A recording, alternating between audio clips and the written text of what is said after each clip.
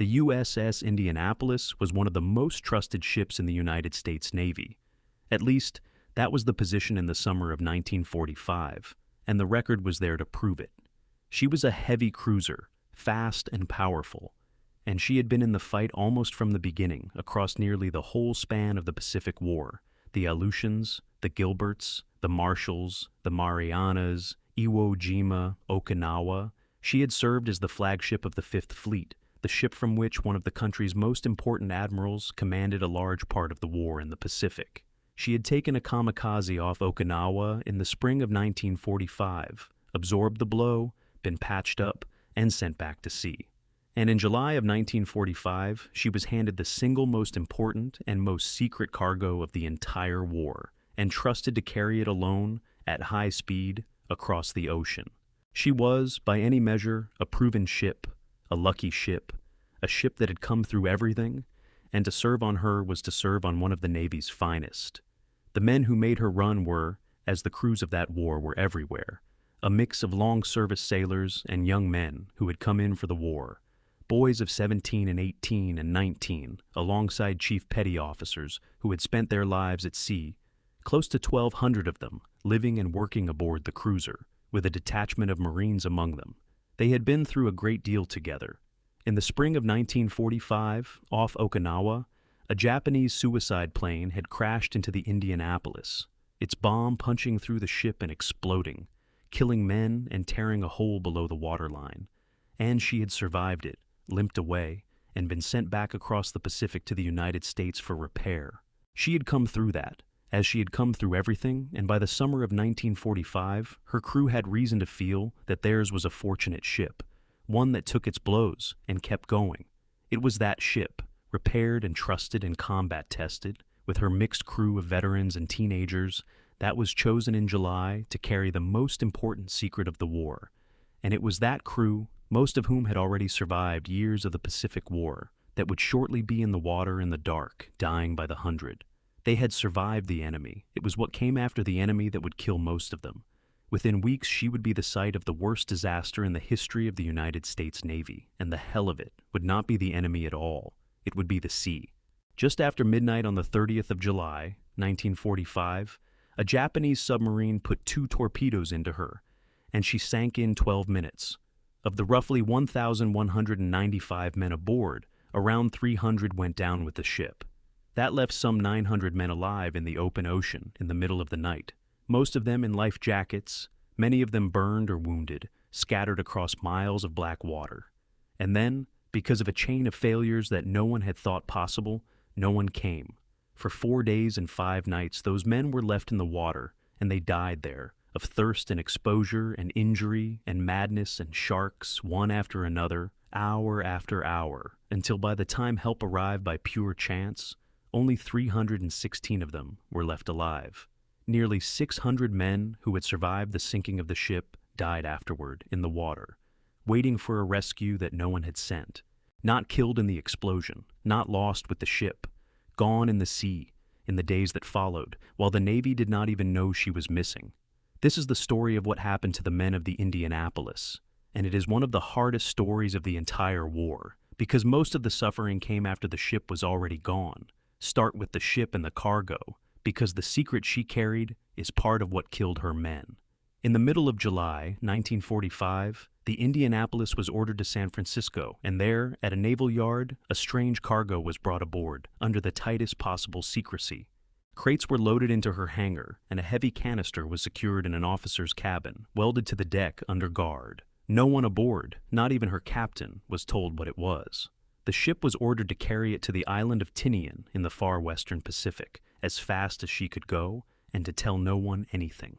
What she was carrying, though the men did not know it, was the core of the first atomic bomb, the enriched uranium, and the components for the weapon that would be dropped on Hiroshima a few weeks later. The Indianapolis made the run at high speed, alone, and delivered her cargo to Tinian on the 26th of July. And the men who had guarded it, without knowing what it was, went back to their duties, their part in the most secret project of the war finished, unaware that they had just carried the thing that would end it. The secrecy around that run had been total, and it is worth dwelling on, because it is part of the strange, sad shape of the whole story. The men had watched the mysterious crates come aboard and the guarded canister be welded down, and they had done what sailors do, which was to speculate wildly about what it might be, and none of them had come anywhere near the truth. Officers guarded the cargo around the clock without knowing what they were guarding. The captain himself had been told only that his cargo was of the highest importance, and that every hour saved in delivering it might shorten the war, not what it actually was. The Indianapolis had made the crossing from San Francisco to Tinian at high speed, setting a record for the passage, driving hard across the Pacific to deliver a thing her own crew could not name, and she had done it and handed the cargo over, and only weeks later, when the bomb was dropped on Hiroshima, would the survivors understand what they had carried. They had performed, without knowing it, one of the pivotal errands of the war, and their reward, through no fault of anyone aboard, was to be sent onward, alone, into the path of a submarine. And then, her great mission accomplished, she was ordered onward, and the ordinary machinery of the Navy sent her to her death. From Tinian, she went to Guam, and from Guam, she was ordered to sail to Leyte in the Philippines, to train and prepare for the invasion of Japan that everyone still expected. She would sail alone, without an escort, across a stretch of ocean that was thought to be a backwater, well behind the front, reasonably safe. It was not as safe as it was thought to be. Japanese submarines were still operating in those waters, and the Indianapolis, steaming alone, was exactly the kind of target they were hunting for. She set out from Guam on the 28th of July, on a course that would take several days, a lone cruiser on a dark sea, and no one aboard had any particular reason to think this passage would be different from any other. Just after midnight on the 30th of July, it found her. The Japanese submarine had picked up the dark shape of the cruiser against the night sky and worked into position and fired, and the first the men of the Indianapolis knew of it was the torpedoes striking home. 2 of them hit, forward and amidships, and the explosions tore into the ship, and it was immediately and obviously catastrophic. Fires broke out. Power failed so that the ship went dark and much of her communication was lost. She began at once to go down by the head and to list, taking on water fast through the great wounds in her side, and it became clear within minutes that she could not be saved. Men were killed outright by the explosions and the fires. Men were trapped below in the flooding dark compartments. And the men who could move made their way, in the dark, up the tilting decks, trying to get topside and get off before she went under, which was going to be very soon. For the men aboard, the sinking was a matter of a few minutes of chaos in the dark. Many were asleep in their bunks or their hammocks when the torpedoes struck, and were thrown from them by the explosions, and woke into a nightmare of noise and fire and darkness, and a deck already tilting under them. The forward part of the ship was a wreck, and men there were killed instantly, or trapped. Fires lit the darkness. The loss of power meant there was no lighting below, and the ship's announcing system largely failed, so that men in the interior of the ship had to find their way out through smoke and darkness and rising water, up ladders and through passageways, at increasingly crazy angles as the ship listed further. Some never made it out. The men who reached the upper deck found a scene of confusion, the ship going over, men jumping or climbing or being washed off, oil and fire on the water, and very little time to do anything in an orderly way. There was no time to launch the boats. In the space of about 12 minutes from the first hit, the whole thing was over. The great cruiser gone, and the men who had gotten off found themselves suddenly in the open sea in the dark, watching the place where their ship had been, and only beginning to understand that the worst was not behind them, but ahead. The order to abandon ship was given, though in the darkness and the loss of power, it did not reach everyone. Men went over the side into the black water, or were thrown from the deck as the ship rolled, or simply climbed down the hull as it turned beneath them. There was very little time to launch boats or to get life rafts away in an organized way. The ship went down too fast. Many men went into the sea with only the life jackets they wore, the kapok-filled vests that were meant to keep a man afloat, and nothing else. In 12 minutes from the moment the torpedoes struck, the USS Indianapolis rolled over and went down by the bow, sliding under the surface and taking with her the roughly 300 men still trapped or dead aboard her. And then she was gone, and the sea closed over her, and there was nothing left on the surface but oil and wreckage and the men, some 900 of them, alive in the water in the dark, in the middle of the ocean, hundreds of miles from anywhere, And here the real ordeal began, the one that would kill most of them. They were scattered over a wide area because the ship had still been moving when she went down, and the men had gone into the water over a span of time and been carried apart by the sea. They formed into groups where they could, some groups small, a handful of men, some groups very large, hundreds of men clustered together, holding on to one another and onto whatever floating wreckage there was. Most of them had nothing but their life jackets. There were only a few rafts, and not nearly enough for everyone, and there was almost no water and almost no food because there had been no time to provision the boats that were never launched. As the first night wore on into the first day, the men took stock of their situation, and it was very bad, and they told themselves what men always tell themselves, that they would be missed, that the Navy would know the ship was overdue, that rescue would come soon, probably the next day. They were wrong about that, and the being wrong would cost most of them their lives. The first night set the pattern for everything that followed. Many of the men were injured, burned by the fires, or hurt in the explosions or the scramble off the ship. And for them, the ordeal was worst of all, because a badly wounded man in salt water without treatment does not last long. Men died that first night of their injuries, quietly, in the dark, and their bodies drifted in the groups. The men were covered in the fuel oil that had spread across the water from the ship, black with it, choking on it, their eyes burning. And around them was the enormous dark, the open ocean at night with no light and no land and no ship, just the swell lifting and dropping them, and the sound of hundreds of men in the water, some praying, some calling out, some already growing confused. When the sun came up on the first morning, it brought a moment of hope, because daylight meant they could see one another and organize, and because surely, in the daylight, they would be found. But the day brought the sun's heat and the thirst, and no aircraft and no ship appeared, and as that first long day wore on toward a second night, the men began to understand that they might be in the water a good deal longer than they had thought, and that some of them were not going to last. Consider first the plain physical facts of being in the open ocean for days, before you even get to the sharks. There was the sun.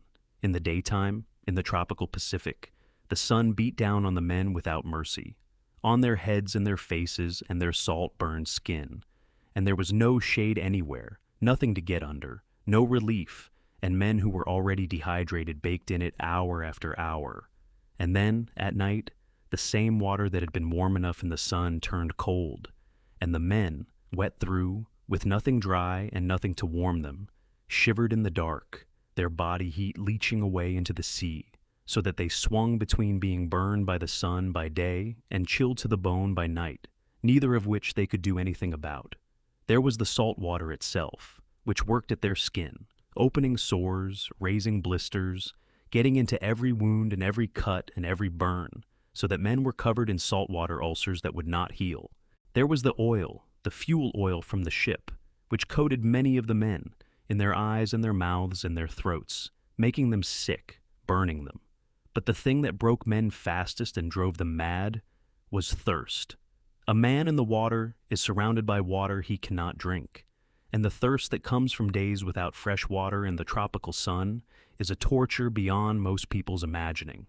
The men grew desperate for water, and the sea was right there, all around them, and the great temptation, the thing every sailor knows he must not do, and that the dying man does anyway, was to drink it. Seawater does not quench thirst. It accelerates the body's collapse, the salt drawing water out of the tissues, and a man who drinks it grows more dehydrated, not less, and then something worse happens. The men who drank the seawater went insane. Within hours of drinking it, they became delirious, raving, violent, or they saw things that were not there. And this was one of the most terrible parts of the whole ordeal, because the delirium spread its own horror. Men in their madness saw islands that were not there, and set off swimming for them, and were never seen again. They saw the ship below them, floating just under the surface, with fresh water and food aboard, and dived down to reach it, and drowned. They believed the men around them were the enemy, and attacked them, and men fought and killed one another in the water, in their delirium. A man might slip into that madness beside a friend who was still sane, and the sane man would have to watch it happen, and often could do nothing. The delirium became, in some ways, the defining horror of the Middle Days, because it turned the men against themselves and against one another. A man who had been steady for 2 days would begin, on the third, to talk strangely, to insist that the ship was just below them and that he was going down to get a drink from the scuttlebutt, and he would take off his life jacket and dive and be gone. Others became convinced that there was an island just over there, or a ship, and would strike out swimming for it across the open sea. And the men who were still clear-headed would call to them and try to hold them back, and sometimes fail, and watch them swim away to their deaths. Worst of all were the ones whose madness turned to violence, who decided that the men around them were the enemy, or who fought over a hallucinated cache of water, so that men who had survived the sinking and days in the sea died at the hands of their own delirious shipmates, or, thrashing in the water, drew the sharks. The men who kept their sanity had to guard not only against the sea and the sun and the sharks, but against the breakdown of the men beside them, and it took a fierce effort of will in that state to hold on to one's own mind while watching others lose theirs. The ship's doctor was in the water with them, and there was almost nothing he could do. The chief medical officer of the Indianapolis was in the sea among the men, and he did what he could, which was mostly to give advice and to try to keep the men from drinking the salt water and to confirm the deaths. And he watched, helpless, as the youngest and the most badly hurt went first. He said afterward that the young ones, once you took away their hope and their water, would drink the seawater and go fast, growing sick and then wild and then dying, and there was nothing he could do to stop it. No medicine, no water, nothing but words.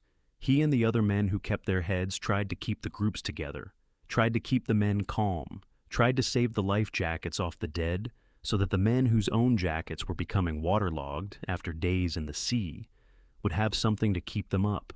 But the doctor of a great warship, who could ordinarily do so much, found himself in the water, able to do almost nothing at all, and could only try to comfort men as they died and keep the living from following them into madness.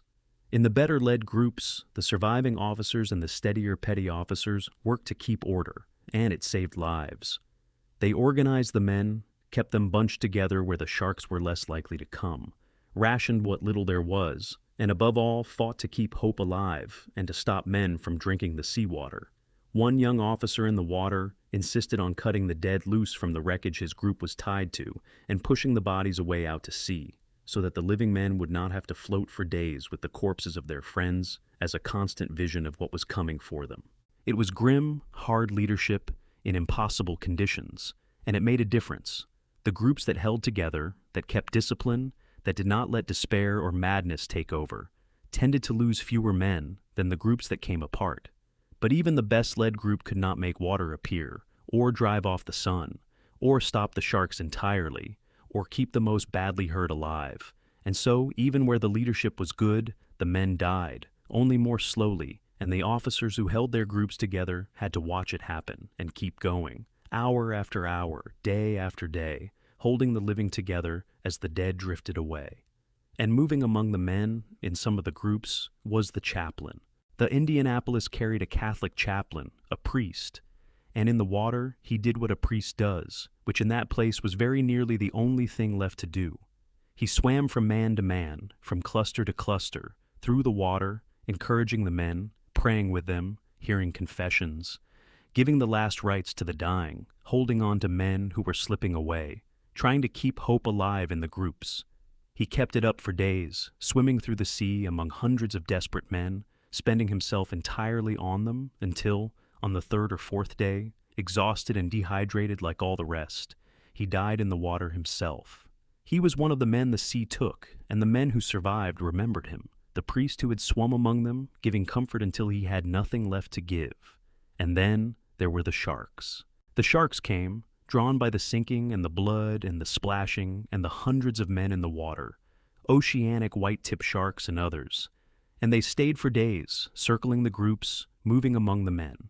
Exactly how many men the sharks killed will never be known, and it was probably fewer than the legend says. Most of the men who died in the water died of thirst and exposure and injury, not of sharks. But the sharks were there, and they were real, and they took men, and the terror of them was constant. They tended to take the men on the edges of the groups, the stragglers, the ones who had drifted a little apart, the dead and the dying. And so, the men learned to bunch together, to stay in the middle of the group, to kick and shout and beat the water to drive the sharks off.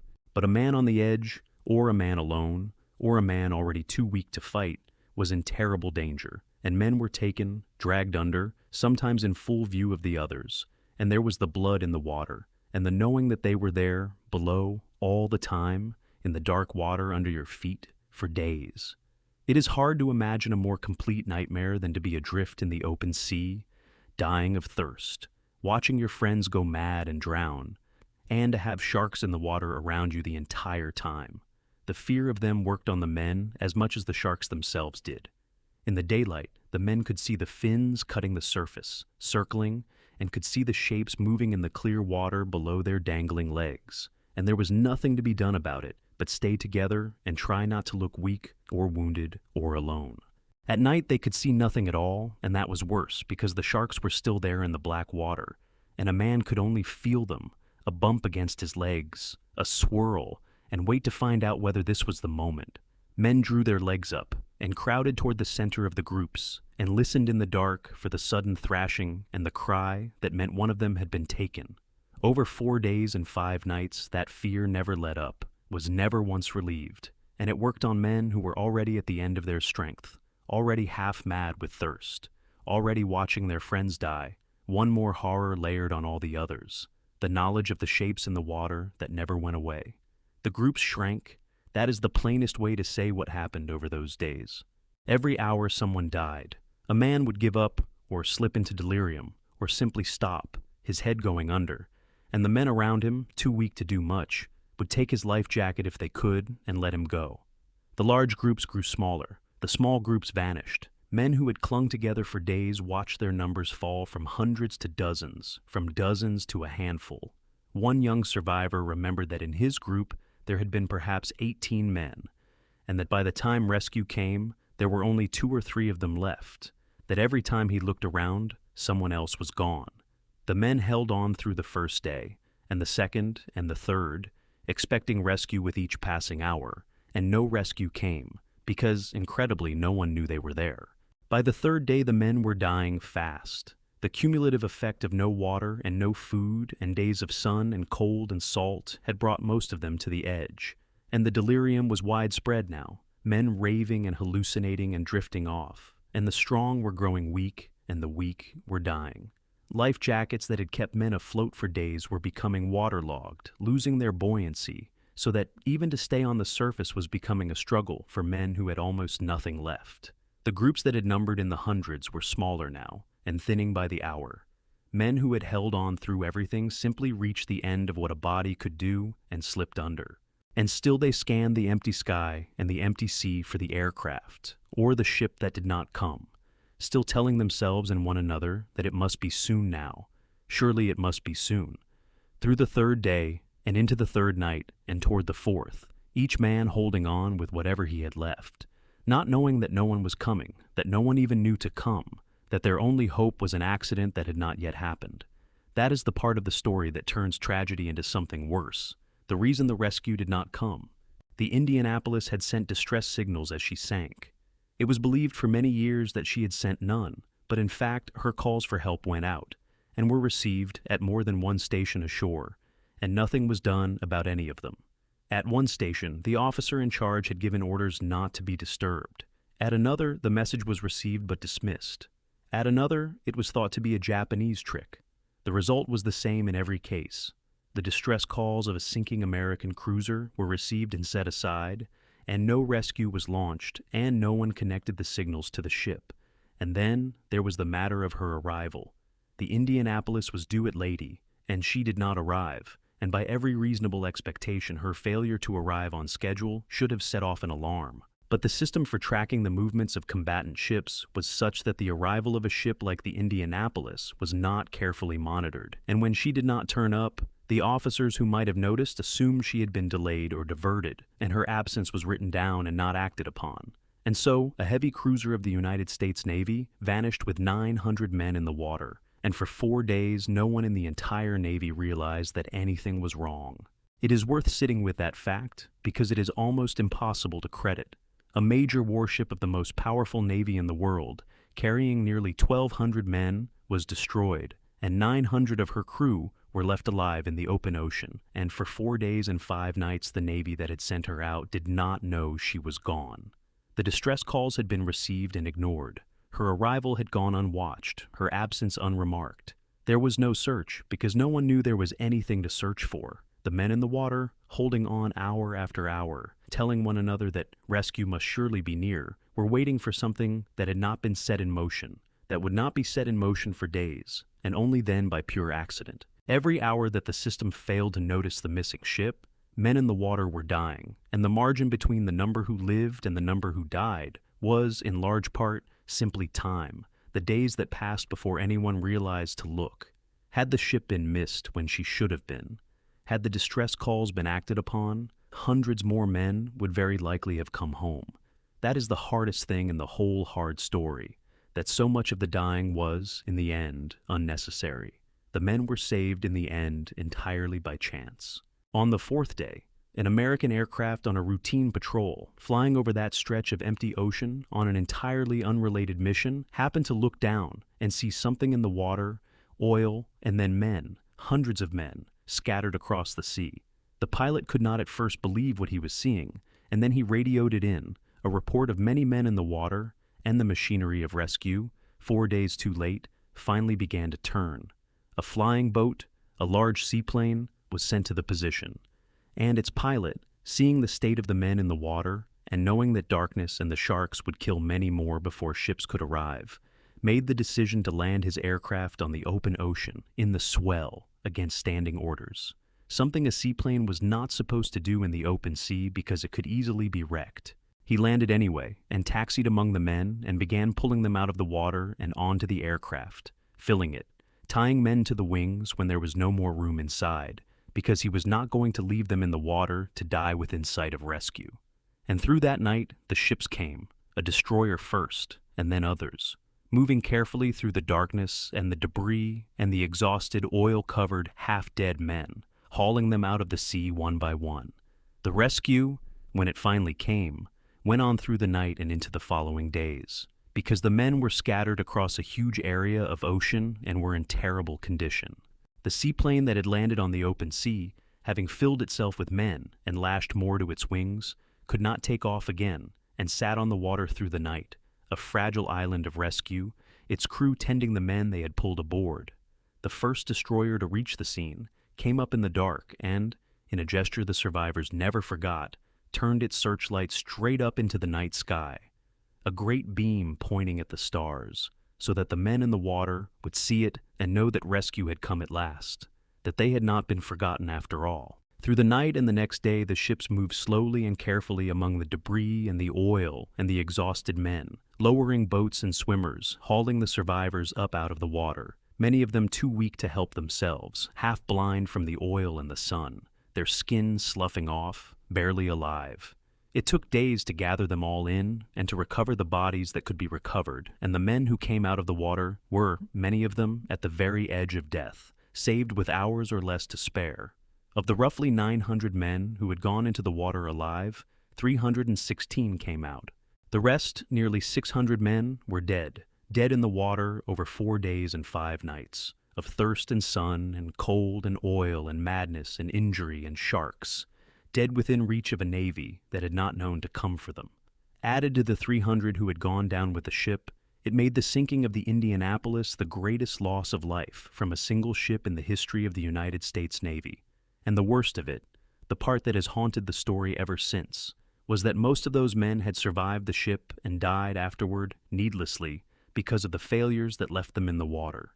The survivors were taken to hospitals on the islands, skeletal, burned, half mad with what they had been through, and they began the slow work of recovering and of trying to understand that they had lived when so many around them had not. The numbers, set down plainly, are hard to take in. Nearly 1,200 men had sailed on the Indianapolis. Around 300 died in the sinking itself, in the 12 minutes between the torpedoes and the ship going under. Some 900 got into the water alive, and of those 900, only 316 were still alive when rescue reached them, which means that roughly 600 men, 2 out of every 3 who survived the sinking, died in the water over the days that followed. They did not die fighting. They died waiting, of thirst and exposure and injury and madness and sharks in the open sea, while the Navy that had sent them out went about its business unaware that they were gone. It is the reversal that makes the story so terrible, that the sinking, bad as it was survivable, and that the survivable part was where most of the dying happened, in the long, slow, needless days afterward. And then, having survived all of that, the men of the Indianapolis watched their captain be blamed for it. The captain of the Indianapolis had survived the sinking and the water, and after the war, the Navy court-martialed him, the only captain in the entire war to be court-martialed for the loss of his ship to enemy action. The charge was that he had failed to steer a zigzag course, the weaving course that made a ship a harder target for a submarine, and that this failure had hazarded his ship. It was a deeply questionable charge. He had not been ordered to zigzag in those conditions. The value of zigzagging against a submarine that had already found you was doubtful, and the far larger failures, the ignored distress calls, the unmonitored arrival, the routing of the ship alone through dangerous waters, lay not with him, but with the Navy itself. In an extraordinary move, the Navy even brought the commander of the Japanese submarine that had sunk the ship to testify, and he told the court that zigzagging would have made no difference, that he would have sunk the ship regardless. The captain was convicted anyway. His career was effectively over, and worse than that, for years afterward he received letters from the families of men who had died, blaming him for their sons and husbands' deaths, and he carried that, the loss of his ship and his men, and the blame heaped on him for it, for the rest of his life, until, in 1968, he took his own life. It was more than half a century after the sinking, in the year 2000, that the United States Congress at last formally cleared his name, largely through the efforts of the ship's own survivors, who had never believed he was to blame and had fought for decades to say so. The survivors carried the ordeal for the rest of their lives in ways that did not always show. They had been through something that few human beings have endured and lived, days in the open sea watching hundreds of men die around them, and many of them found it hard to speak of, and some never did. And their families learned only slowly or never fully what the men had been through. They bore the ordinary marks of it, the nightmares, the aversions, the memories that would not leave, and they bore too the particular weight of being survivors, of having lived when so many had not. And they took up, many of them, a cause, the clearing of their captain's name. They had been there. They knew that the loss of the ship had not been his fault, and they refused to let the blame stand. For decades they wrote and petitioned and testified, keeping the story alive, insisting on the truth of it. And in time, they were joined by others, including, famously, a schoolboy who took up the cause for a history project and would not let it go. And together, survivors and allies, they at last moved the Congress of the United States, more than 50 years after the sinking, to declare formally that the captain had not been to blame. It was too late for the captain himself, who had died long before, but the men who had been in the water with him had kept faith, and in the end, they had been heard. Step back, and the shape of the Indianapolis disaster is unlike almost any other in the war, and it is the shape this whole account has described. It was not, in the main, a battle. The ship was sunk quickly in the night by a submarine, and that alone would have been a heavy loss, but not an extraordinary one. Ships were sunk throughout the war. What made the Indianapolis into the worst sea disaster in the Navy's history, and into a story that will not be forgotten, was everything that came after, the 4 days and 5 nights in the water, the 900 men reduced to 300, the slow, individual, agonizing deaths of hundreds of men who had survived the sinking, the failures that left them there, and the injustice done afterward to the man who had commanded them. The hell of the Indianapolis was not the 12 minutes in which she sank. It was the days in the water, in the sun and the cold and the salt and the oil and the madness, with the sharks below, waiting for a rescue that no one had sent. And it is the men who lived through those days, and the men who did not, that the story is really about. One of the men who was in the water those days lived a very long life afterward, and he is where this ends. His name was Harold Bray, and he was one of the youngest men aboard the Indianapolis, 17 years old, a first-time sailor when the torpedoes struck and he went into the sea in the middle of the night. He survived the sinking, and then he survived the 4 days and 5 nights in the water, in a group that began as perhaps 18 men. He remembered the sun and the cold and the saltwater sores, and the men who drank the seawater and began to act strangely, whom he learned to stay away from. And he remembered the sharks, close enough to bump him, and the way that, at night, he would climb into the middle of the floating cargo net his group was clinging to, so that if he fell asleep from exhaustion, he would not drift away from the others and be lost. He remembered, above everything, that his group of 18 shrank, day by day, man by man, until by the time the rescue came, there were only 2 or 3 of them left, that every time he looked around, someone else was gone. He came home, and he built a life out of what was left. Harold Bray came back to California, and he became a police officer in the town of Benicia, and he served on that force for 3 decades, an ordinary, decent working life, and he married and raised a family and grew old. And as the years passed and the decades passed, the other survivors of the Indianapolis died, one by one, of age and illness. The group of 316 shrinking exactly as the groups in the water had shrunk, from hundreds to dozens to a handful, until Harold Bray, the 17-year-old first-time sailor who had climbed into the middle of the net so as not to drift away, had become the last of them, the last living survivor of the USS Indianapolis, the last man alive who had been in that water.